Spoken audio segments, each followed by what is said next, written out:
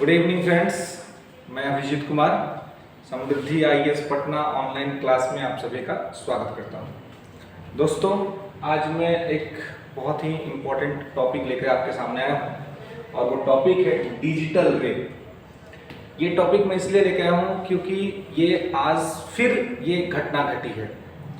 आज फिर एक न्यूज़ आया है कि दिल्ली के ग्रेटर नोएडा एरिया में एक जो किंडरगार्टन जो बच्चों का स्कूल होता है, उस स्कूल में एक 3 साल की बच्ची का डिजिटल रेप हुआ है। ये बहुत ही शर्मसार कर देने वाली घटना है और ये बहुत पहले से भी होता आ रहा है हमारे यहाँ, ठीक है ना, या पूरे विश्व में। लेकिन इस पर बातें कम होती हैं या इसको हम कैसे ठीक कर सकते हैं, इन चीज़ों पे हम गौर नहीं करते हैं। तो आज हम ये समझने का प्रयास करेंगे और साथ ही मैं चाहूँगा कि आप लोग इस बात को समझें और इसका ख्याल रखें, खासकर बच्चों के मामलों में, क्योंकि एनसीआरबी की जो रिपोर्ट है वो बहुत खराब स्थिति बयान करती है कि जो बच्चों के साथ ये सारा छेड़छाड़ हो रहा है और बच्चे सबसे ज़्यादा इसके शिकार हो रहे हैं। बच्चों को ये बताना बहुत ज़रूरी है कि गुड टच और बैड टच क्या होता है ना। तो इसी संदर्भ में दोस्तों आज हम ये जानेंगे कि डिजिटल रेप क्या होता है और ये दिल्ली डिजिटल रेप मामला क्या रहा है, ठीक है। तो जैसा कि मैंने आपको बताया कि दिल्ली के एक प्ले स्कूल में बच्चों का 3 साल की बच्ची के साथ डिजिटल रेप हुआ है, ठीक है। अब जैसे ही आप डिजिटल रेप वर्ड सुनते हैं तो आपको आपके दिमाग में ये वर्ड आता होगा कि भाई डिजिटल रेप की जो बात हुई, इसका मतलब कि मोबाइल फ़ोन्स में पोर्नोग्राफी से रिलेटेड होगा या मोबाइल फ़ोन से जो अश्लील चित्र एक दूसरे को भेजा जाता है, दिखाया जाता है, वो सारी चीज़ें होंगी, है ना, या वीडियोस बनाया जाता है ना, या हनी ट्रैप जो होता है, ये सारा चीज़ से रिलेटेड हो सकता है ये। लेकिन ऐसा कुछ भी नहीं है दोस्तों। डिजिटल रेप में पहला बात इंटरनेट और मोबाइल का इससे कोई लेना देना नहीं है।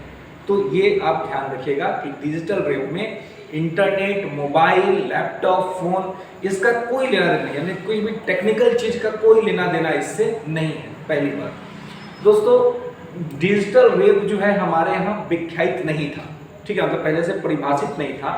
ये परिभाषित कब हुआ है? तो ये 2013 में परिभाषित हुआ है और 2013 में एक्ट बना, ठीक है। आपको याद होगा आप सभी को 2012 में 16 दिसंबर 2012 को एक बहुत ही हृदय विदारक और बहुत ही दुखदायी घटना घटी थी, निर्भया कांड, ठीक है, जो दिल्ली के चलती बसों में निर्भया के साथ जो रेप हुआ था। वो मामला के बाद, उस मामले के बाद 2013 में सरकार ने यह फैसला किया कि हम डिजिटल रेप का एक कानून बनाएंगे, ठीक है।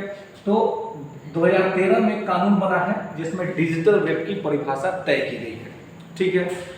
ये आज का जो मैं मामला आपको बता रहा हूँ, दिल्ली डिजिटल रेप मामला जो कि स्कूल में बच्चे के साथ हुआ है, इससे और कुछ दिन पहले, आई थिंक मुझे लगता है कि 1 आध महीने पहले की घटना है कि एक और लड़की 17 साल की एक बच्ची ने दिल्ली में ही नोएडा में एक मामला दर्ज कराया था, डिजिटल रेप का मामला।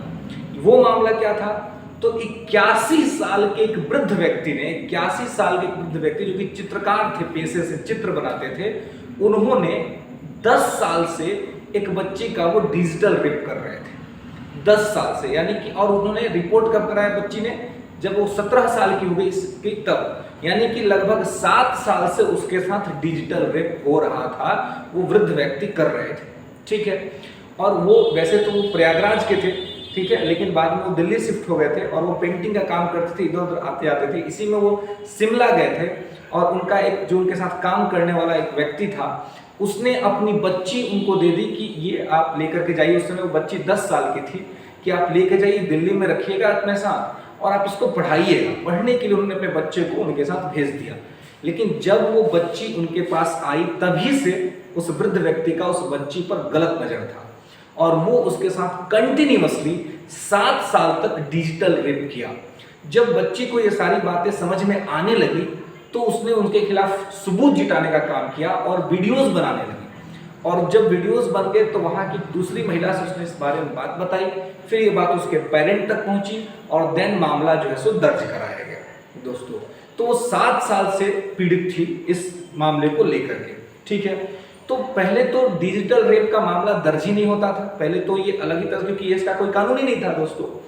तो मैं आपको ये बताना चाहता हूं कि अभी एक डिजिटल रेप होता क्या है।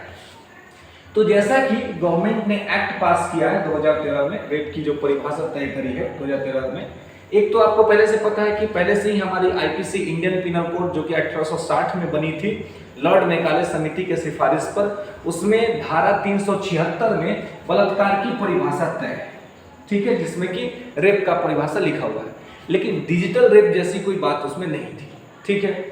तो इसमें 376 बलात्कार में वही होता है कि रिप्रोडक्टिव जो ऑर्गन्स होते हैं उनके साथ जो छेड़छाड़ होता है तो उसको हम रेप की श्रेणी में रखते हैं, अन्यथा बाकी मामलों को हम छेड़छाड़ में डाल देते हैं ना, रेप नहीं मानते थे, छेड़छाड़ मान लेते थे ना, टच कर दिया, ऐसे कर दिया, ठीक है, तो उसको छेड़छाड़ मानते थे, रेप नहीं मानते थे दोस्तों।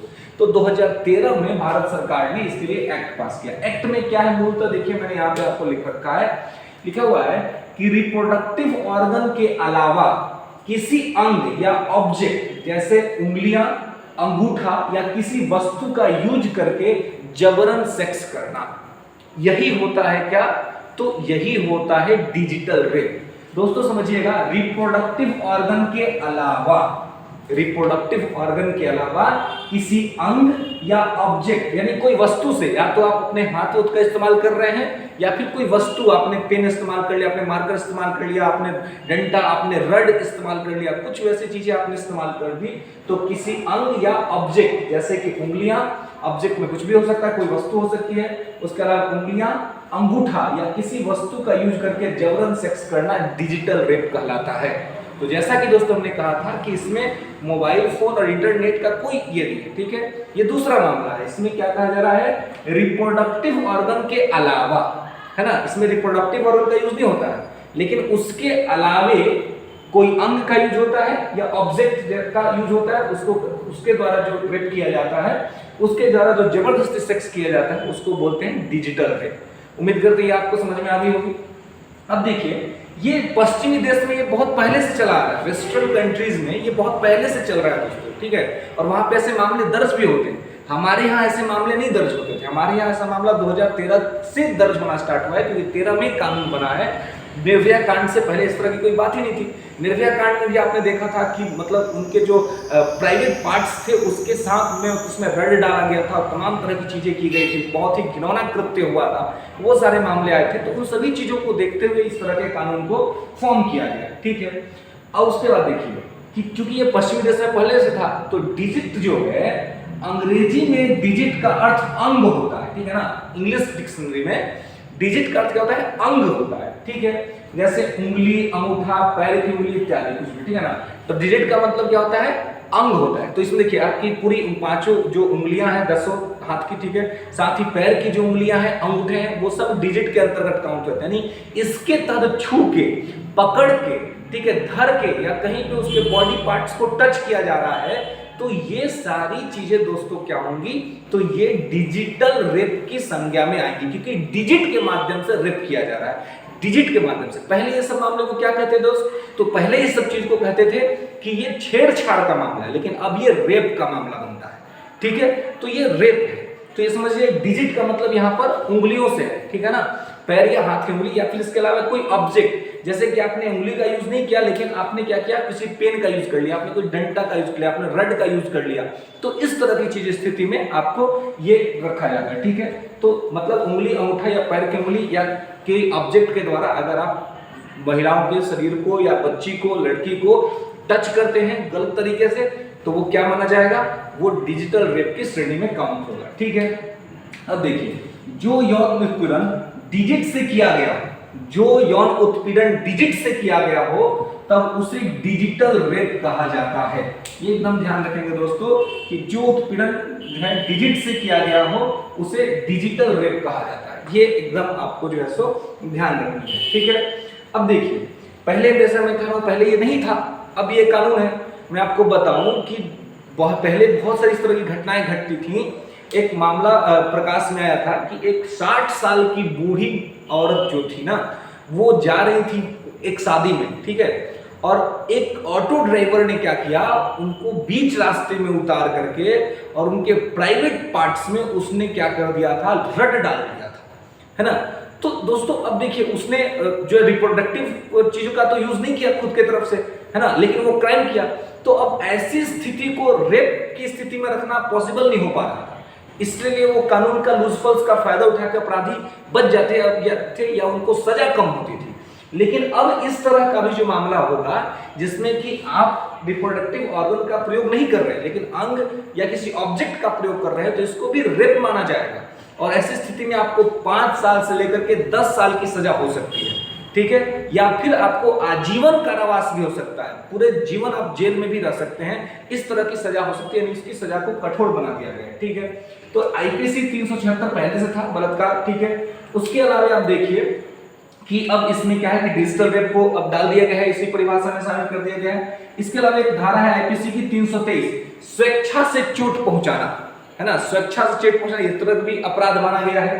साथ ही जो आईपीसी का धारा 506 है आपराधिक धमकी, जैसे कि आप कोई इस तरह का गलत काम कर रहे हैं और फिर बच्चे को या कोई भी उसे महिला है या लड़के उसको धमका रहे हैं कि आप अगर इसको बताएंगे किसी को तो मैं इसको ये कर दूंगा या कुछ इस तरह का धमकी दे रहे हैं, तो आपराधिक धमकी भी इसके अंतर्गत आता है।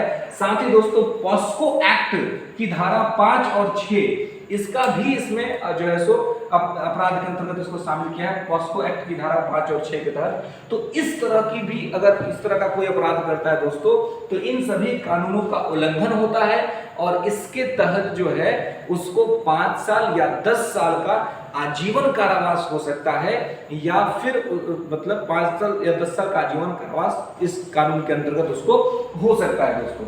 तो ये था पूरा डिजिटल रेप का मामला, ठीक है।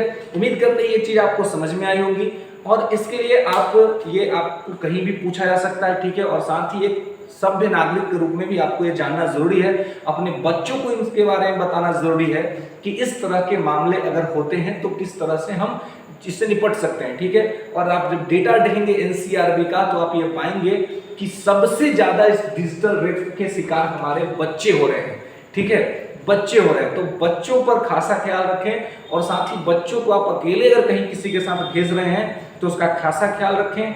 एकदम कोई अपना आदमी हो जिससे आप पुरुष परिचित हो और आप जान रहे हो कि उसका बिहेव कैसा, तभी बच्चे को उसके साथ छोड़े, अन्यथा नहीं छोड़े। और बच्चों को घर में जरूर गुड टच और बैड टच के बारे में बताएं दोस्तों, ताकि बच्चों का भविष्य और बच्चों का जो मनोस्थिति है वो ठीक रह सके। पढ़ने लिखने और बौद्धिक विकास के क्रम में बच्चों के साथ कोई ऐसा अपराध ना हो जाए जिससे उनके मनोमस्तिष्क पर एक नकारात्मक असर पड़े और फिर उनका जो सर्वांगीण विकास है वो नहीं हो सके। तो ये पहला दायित्व तो माता पिता का बनता है, परिवार के सदस्यों का बनता है कि बच्चों का खासा ख्याल रखें दोस्तों, वो भविष्य ही इस देश के। और साथ ही नैतिक रूप से जो वृद्ध हैं या जो लोग इस तरह का कृत्य कर रहे हैं उनको भी इसको समझना चाहिए कि इस तरह की चीजें नहीं हो किसी भी प्रकार से। तो धन्यवाद दोस्तों, अब आप इसको ध्यान रखेंगे और बच्चों पर खासा इसके लिए ख्याल रखेंगे। ये पूरा सेशन अगर आपको अच्छा लगता है, नॉलेजेबल लगता है तो कमेंट करें, लाइक करें, चैनल को शेयर और सब्सक्राइब करें। इस तरह के मुद्दे को हम लेकर बराबर आपके साथ आते रहेंगे, जुड़ते रहेंगे और आपके नॉलेज को बढ़ाने का प्रयास करेंगे। धन्यवाद।